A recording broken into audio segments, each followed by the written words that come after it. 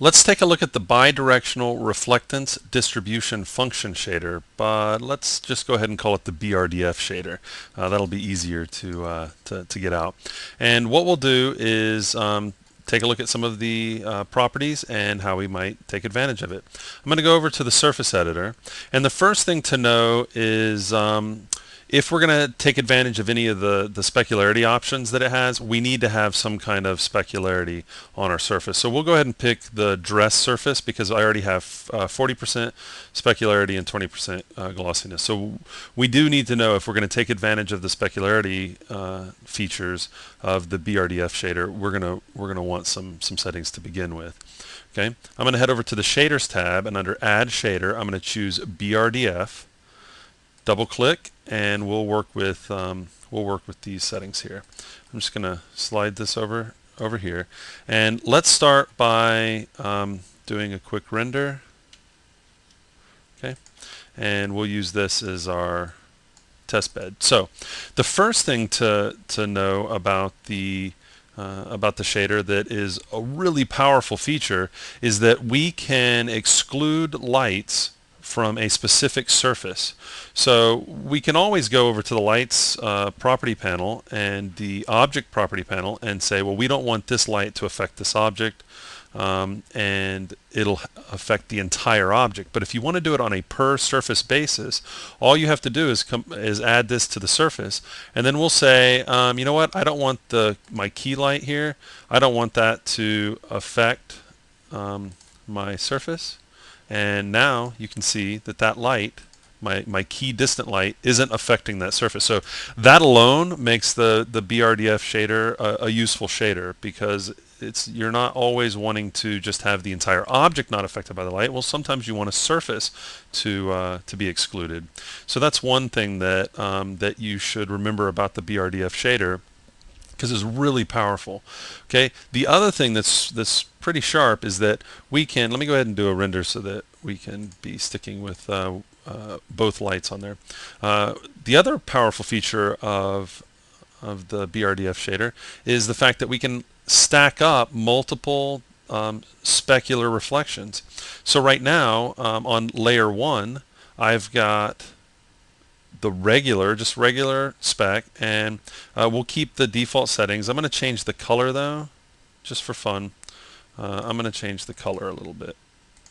Okay, and then I'm going to go to layer 2, and right now layer 2 and layer 3, we're not taking advantage of multiple spec hits. So I'm going to go ahead and on layer 2 choose anisotropic.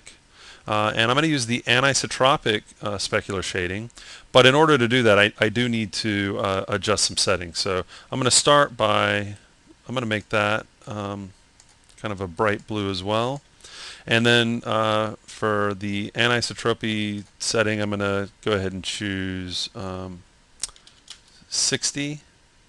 And if we actually want to see it in action, I should go open up the surface editor. Okay, so that we can actually see. Let me turn that back. Okay, right now, if I set this to none, there's our spec hit using our standard regular specular reflection. I'm going to go to layer 2, change it to anisotropic, and we are increasing our spec hit here, but I want to skew it. So now I'm using 30 degrees on my my setting, and then for direction, we'll leave it at 0. Okay, and if I go to layer 3, now if I had a UV map on this object, I would use the anisotropic 2 setting so that I could take advantage of my UVs. I don't have any UVs on this character, so I'm going to drop it back down to anisotropic, which, as you can see, my UV options become grayed out. But I'm going to change this to 30, but the direction, I'm going to change. Let's see. I'm going to change to, let's do 90, and I'm going to change this to 75. Okay, and now I'm going to do a render. Actually, let's get in a little closer on our render.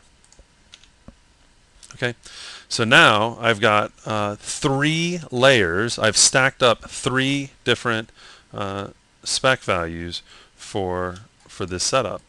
Okay, and if I want, I can say let's exclude the spotlight in the scene.